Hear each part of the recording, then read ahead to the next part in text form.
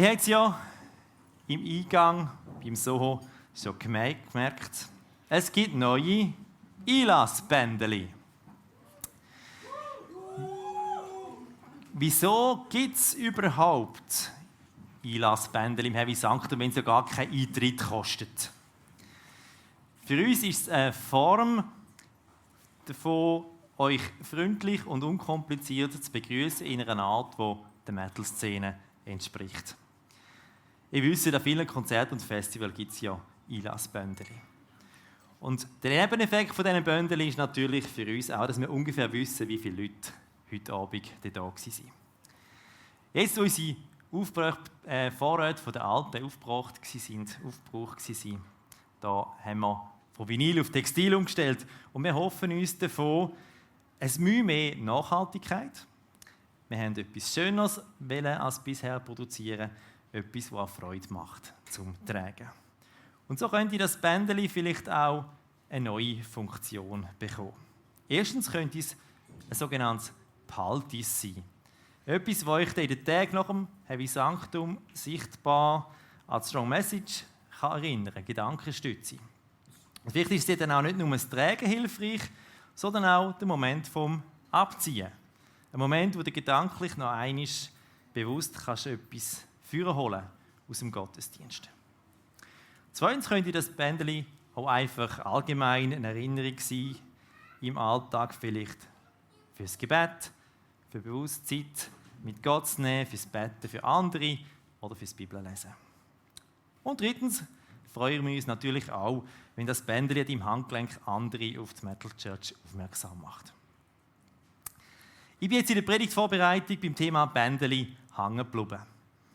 Was steht denn zu Bänder in der Bibel? Mir ist da sofort ein Vers aus dem 3. Kapitel vom Kolosserbrief in den Sinn gekommen, den ich schon an 3 Hochzeiten auslegen durfte.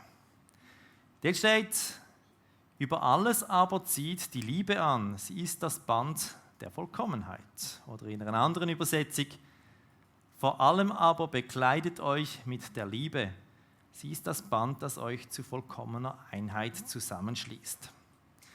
Und wir sagen dazu, passt perfekt ein Song vom neuesten Album von der Doro, Bonds Unending. Wir hören heute rein.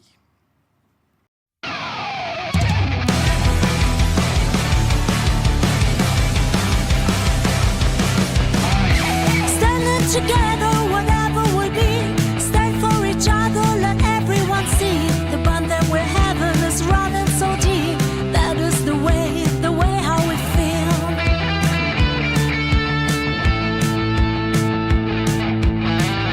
We're holding each other when time's running out. The world's getting harder, we're having no doubt.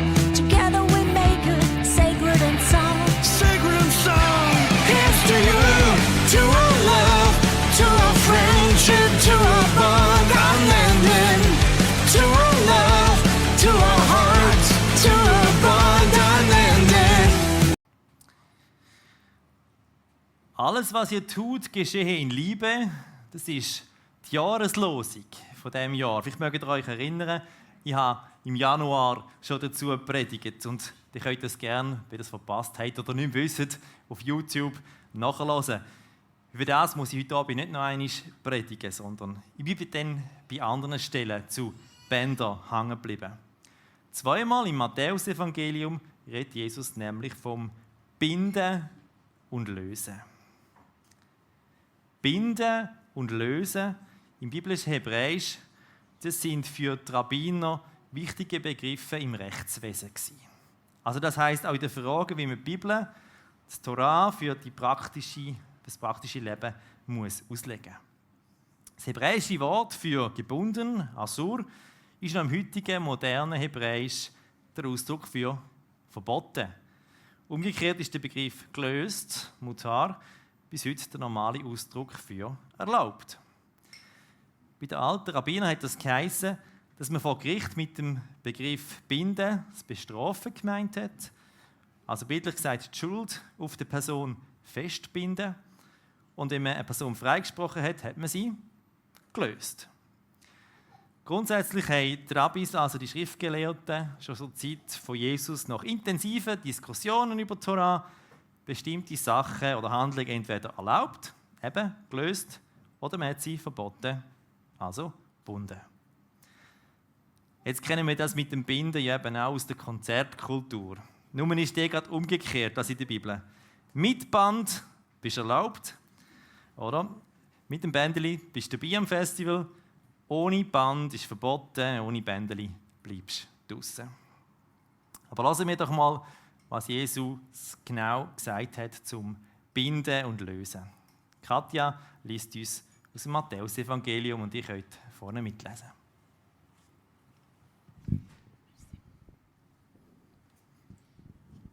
Jesus sagte: Du bist Petrus, und auf diesen Felsen will ich meine Gemeinde bauen. Und die Pforten der Hölle sollen sich nicht überwältigen. Ich will dir die Schlüssel des Himmelreichs geben. Was du auf Erden binden wirst, soll auch im Himmel gebunden sein. Und was du auf Erden lösen wirst, soll auch im Himmel gelöst sein. Wieso müssen wir jetzt überhaupt binden und lösen? Wieso braucht es überhaupt eine Auslegung von der Bibel? Eine Interpretation? Vielleicht gehörst du auch zu den Leuten, die sagen, es steht doch geschrieben in der Bibel, also ist doch alles klar. Wir müssen nur genau lesen. Das mit dem Interpretieren, das ist nur so ein moderner, liberaler Trick. Genau lesen. Und zwar wörtlich, ja buchstäblich, das ist genau der Punkt. Und dann merken wir, dass wir gar nicht anders können, als die Schrift zu interpretieren, und zwar immer wieder neu. Die Schrift vom Hebräischen, vom Alten Testament, kennt nämlich nur Konsonanten. Die Vokale muss man sich immer selber denken. Ich gebe euch ein Beispiel. Was bedeutet das Wort mit den Konsonanten? Jetzt bräuchten wir das Wort. Aleph, Dalet, Mem. Also, Das Aleph kann ich nicht so gut, ich bin nicht gebürtig. Genau. Also, das Aleph, Dalet, Mem, das könnte heißen Adam, das heißt Mensch. Adam ist aber im Josua-Buch auch der Name von einer Stadt. Es könnte aber auch Adom sein, das bedeutet rot. Oder Odem, das ist ein Rubin. Oder natürlich auch das Land Edom. 3 Konsonanten, 5 verschiedene Bedeutungsmöglichkeiten. Im 7. und 8. Jahrhundert haben die Juden das sogenannte Masorat, Vokale fürs Leben, fürs Lesen von der Bibel festgelegt. Und darum finden wir heute in den hebräischen Bibeln kleine Pünktchen und Strichchen im hebräischen Bibeltext. Aber die Vokalisierung, also sagen, welche Vokale man lesen muss, das ist nur fürs Vorlesen im Gottesdienst in der Synagoge festgelegt. Nur fürs Vorlesen. Die Interpretation ist immer frei und muss in jeder Situation neu gemacht werden. Was bedeutet die Worte von Gott, wenn wir sie heute hören? Der Interpretationsspielraum ist ein Gestaltungsspielraum für die Welt, wo uns Gott von allem Anfang an gegeben hat. Das sehen wir schon ganz am Anfang bei der Schöpfung. Einmal, wenn man nicht schnell darüber hinweglesen und eure Bibelübersetzung nicht schon glättet ist. Im 1. Mose 2, Vers 3 heißt nämlich: Und Gott segnete den 7. Tag und heiligte ihn, denn an ihm ruhte er von all seinem Werk, das Gott geschaffen hatte, um zu tun. Also Gott hat etwas geschaffen, um zu tun. Die Schöpfung ist dafür geschaffen, weitergestaltet zu werden. Von Gott und von uns Menschen. Wir haben von Gott einen Gestaltungsauftrag und darum auch einen Gestaltungsspielraum. Und der Gestaltungsspielraum zeigt sich eben auch darin, dass wir die Heilige Schrift eben je für unsere Zeit interpretieren dürfen und müssen. Was wir beim Anfang der Schöpfung lesen, über den Gestaltungsauftrag und Gestaltungsspielraum, das nimmt auch der Paulus im Epheserbrief auf. Dort schreibt er über uns als Christen: Denn wir sind sein Werk, geschaffen in Christus Jesus zu guten Werken, jetzt kommt's, die Gott zuvor bereitet hat, dass wir darin wandeln sollen. Gott hat geschaffen und wir dürfen und müssen jetzt etwas daraus machen. Und da gibt es ganz gewollt von ihm einen Interpretationsspielraum, einen Gestaltungsspielraum. Wenn ihr genau heranschaut, sieht man das auch schon bei Mose in der Torah. Ihr müsst Mose-Bücher mal mit dem Fokus lesen, nämlich, was sagt Gott jeweils ganz genau und was sagt der Mose, dass Gott gesagt hat und was setzen sie denn wie auch wirklich um. Da wird schon ganz viel Interpretations- und Gestaltungsspielraum genutzt. Und auch bei Jesus hören wir die ja zum Beispiel in der Bergpredigt. Ihr habt gehört, ich aber sage euch. Die Bibel muss interpretiert werden und ausgelegt werden. Immer wieder neu. Wir können gar nicht anders. Die gewaltige Zusage, die Jesus und Petrus und damit seine Jünger und der ganze Kirche macht, ist, eure Auslegung hat unglaubliches Gewicht. Ja, Gott selber bindet sich an unsere Auslegung als Kirche. Jesus sagt, was wir als Kirche erlauben oder verbieten, das ist auch für Gott gesetzt. Boah. Eine wunderbare, riesige Zusage und eine geführige Verantwortung. Und so ist es Zeit, den zweiten Abschnitt zum Binden und Lösen von Jesus anzulassen. Bitte, Katja. Wenn dein Glaubensbruder dir Unrecht tut, geh hin und stell ihn unter 4 Augen zur Rede. Wenn er auf dich hört, hast du deinen Bruder zurückgewonnen. Wenn er aber nicht auf dich hört, dann nimm noch 1 oder 2 andere mit zu ihm. Denn jede Sache soll aufgrund der Aussage von 2 oder 3 Zeugen entschieden werden. Wenn er auch auf sie nicht hört, dann sage es den Leuten eurer Gemeinde. Wenn er auch auf die Gemeinde nicht hört, behandle ihn wie ein Heiden und Zolleinnehmer. Amen, das sage ich euch. Alles, was ihr auf Erden binden werdet, soll auch im Himmel gebunden sein. Und alles, was ihr auf Erden lösen werdet, soll auch im Himmel gelöst sein. Amen, ich sage euch auch, wenn 2 unter euch einig werden auf Erden, worum sie bitten wollen, so soll es ihnen widerfahren von meinem Vater im Himmel. Denn wo 2 oder 3 versammelt sind in meinem Namen, da bin ich mitten unter ihnen. Wir haben also im gleichen Evangelium 2 ähnliche, aber nicht gleiche Aussagen zum Binden und Lösen. Die eine Verheißung, die geht an Petrus, die andere an die Gemeinde. Und habt ihr gehört, an Petrus wird verheißen, was du auf Erden bindest, wird im Himmel geboten sein. Die Gemeinde aber wird sogar verheißen, alles, was du binden wirst, wird im Himmel geboten sein. Ich kann darum fragen, hat im Zweifelsfall, wenn es zu Strick kommt zwischen der lokalen Gemeinde und der Amtskirche und dem Pfarrer, und wo eben in der apostolischen Sukzession steht, hat dem Zweifelsfall vielleicht die Gemeinde ein bisschen mehr Gewicht. Man sieht ja hier jedenfalls eine Vielstimmigkeit, die typisch ist für die Bibel.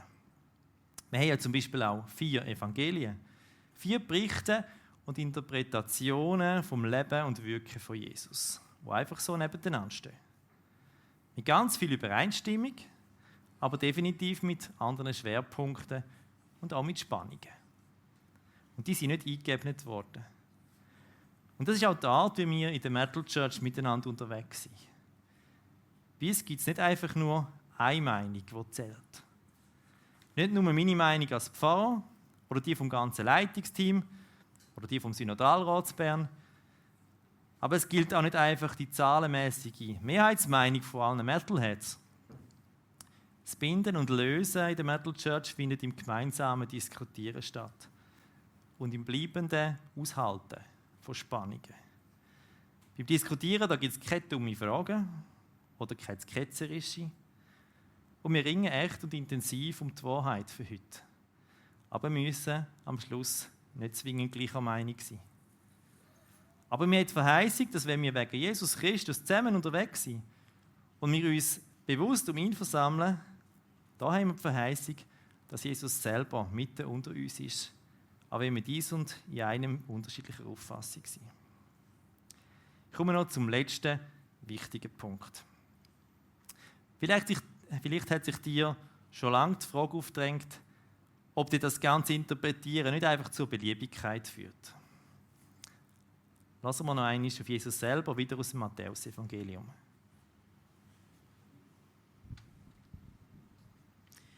Jesus sagte: Darum gleicht jeder Schriftgelehrte, der ein Jünger des Himmelreichs geworden ist, einem Hausvater, der aus seinem Schatz Neues und Altes hervorholt. Wenn wir heute die Bibel lesen und für unsere Zeit auslegen, dann können wir tatsächlich auch zu neuen Schlüssen kommen, als Christen vor uns. Und das ist gut. Wichtig ist einfach, dass wir uns wirklich mit der ganzen Schrift auseinandersetzen, genau heranschauen und nicht einfach Bibabo spielen, also Bibelbastelbogen, und einfach all das wegschneiden, was uns gerade nicht passt. Aber wir können und dürfen heute auch anders gewichten als Christen vor uns und darum zu anderen Schlüssen kommen. Wir sehen so Prozesse ja schon in der Bibel selber. In der Apostelgeschichte zum Beispiel, da wird beschrieben, wie sie beim ersten Konzil die Frage diskutiert haben, was Christen, die nicht Juden sind, vom alttestamentlichen Gesetz noch müssen halten. Aber das, was sie dann gebunden und gelöst haben, das ist dann später wieder neu angeschaut worden. Seit langem essen Christen schon Fleisch, das Blut drin hat. Das wäre für Christen im 1. Jahrhundert ein absolutes No-Go gewesen. Heute ist das kein Thema mehr.